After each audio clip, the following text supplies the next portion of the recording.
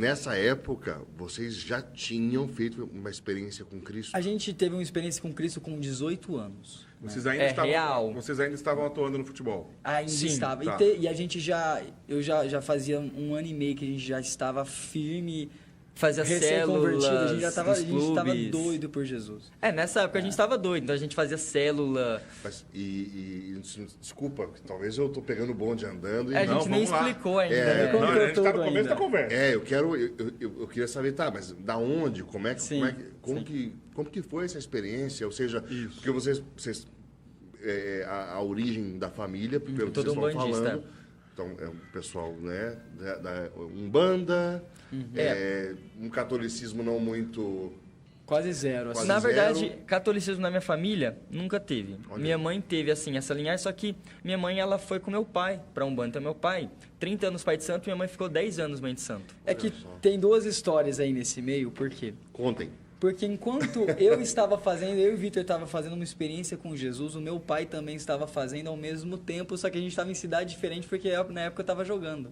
Olha que... Né? Sem combinar. Sem combinar.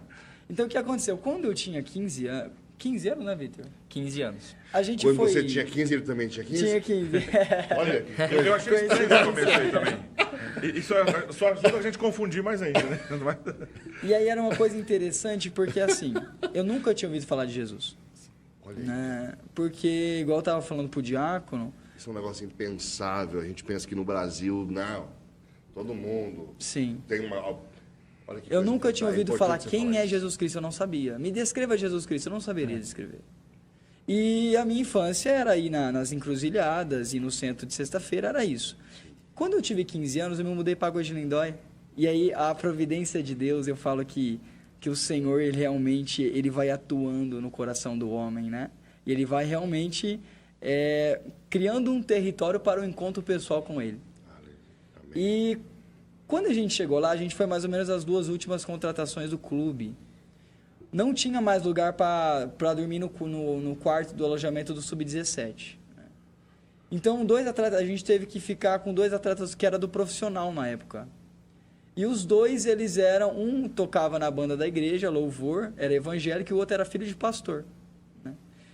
E esses 2... Rapaz, o João tinha mais ou menos 24 anos, o Matheus acho que hoje é até pastor, o Matheus na época tinha 20, hoje ele deve estar... Não, ele é com pastor, 25. só não sei o nome da igreja, mas eu sei Ele que é ele é pastor pastor. lá no Rio, né? É. Certo. E aí a gente começou a ter uma experiência com Deus nesse quarto, pelo testemunho de vida daqueles irmãos que a gente teve. Que legal. Quer contar um pouco, Vitor? A gente começou a ficar muito amigo, né? Tanto eu e o Iago, quanto o Matheus e o João, né? Que eles jogavam no profissional, a gente no primeiro ano de Sub-17, a gente criou uma amizade muito forte. Então, o nosso treino era à tarde deles de manhã, eu acordava mais cedo para ver eles treinar, eles assistiam o nosso treino à tarde, a gente ficou muito amigo. E aí eu comecei a reparar nas atitudes deles. Eles pareciam ser... Eles sempre davam conselho pra gente, eu comecei a reparar nas atitudes.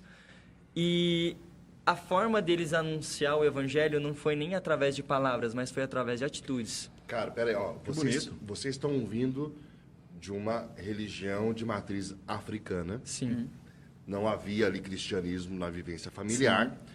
E a primeira experiência que vocês estão tendo, ela é uma experiência protestante evangélica. Exatamente. Sim, Ou seja, vocês teriam todas as condições de serem hoje protestantes. Com certeza. Sem nenhum tipo... Então, olha, a história é fantástica. Vocês, né, já vamos dar o spoiler, eles são missionários católicos. Muito católico, muito então, católico. assim, por favor, continua. Só vale a pena sublinhar isso. Eu acho que isso é vale fantástico. destacar aqui, eles deixaram claro, que eles foram batizados quando crianças. Pelo menos isso aí estava lá. Sim, fomos batizados. Tinha lá o batismo, as riquezas do batismo, as belezas do batismo, ainda que isso não tinha aflorado ainda na vida deles. Tinha a né? graça atual realizando, É né? verdade. E santificante, né?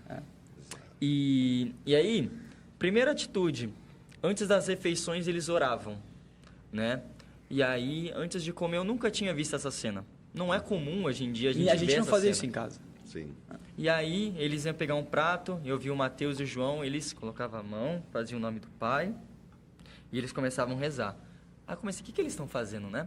Aí o Matheus, ele chegou em mim e falou assim, Vitor, Deus está te dando uma oportunidade de um prato, de uma refeição. Por que você não agradece? Eu falei, não, beleza. Primeira oração que eu fiz na minha vida foi, Jesus... Não falei nem Jesus, falei, Deus, obrigado por esse alface, arroz, feijão e um pedaço de frango. Muito obrigado. Minha primeira oração na vida. Aliás, descreveu um prato maravilhoso. Não, a comida lá era top. E aí, beleza. Eles faziam células nos quartos. No nosso quarto, inclusive, tinha célula. E também uma coisa que... E essa questão da célula foi algo que hoje nos toca profundamente, porque hoje a gente busca fazer isso na nossa missão Jovens Sarados. E fantástico. E aí, uma coisa que era interessante, que a gente ia dormir, aí os dois se ajoelhavam, a gente olhava para eles e começavam a rezar. Aí teve um dia que o João falou assim, por que nós todos não fazemos oração?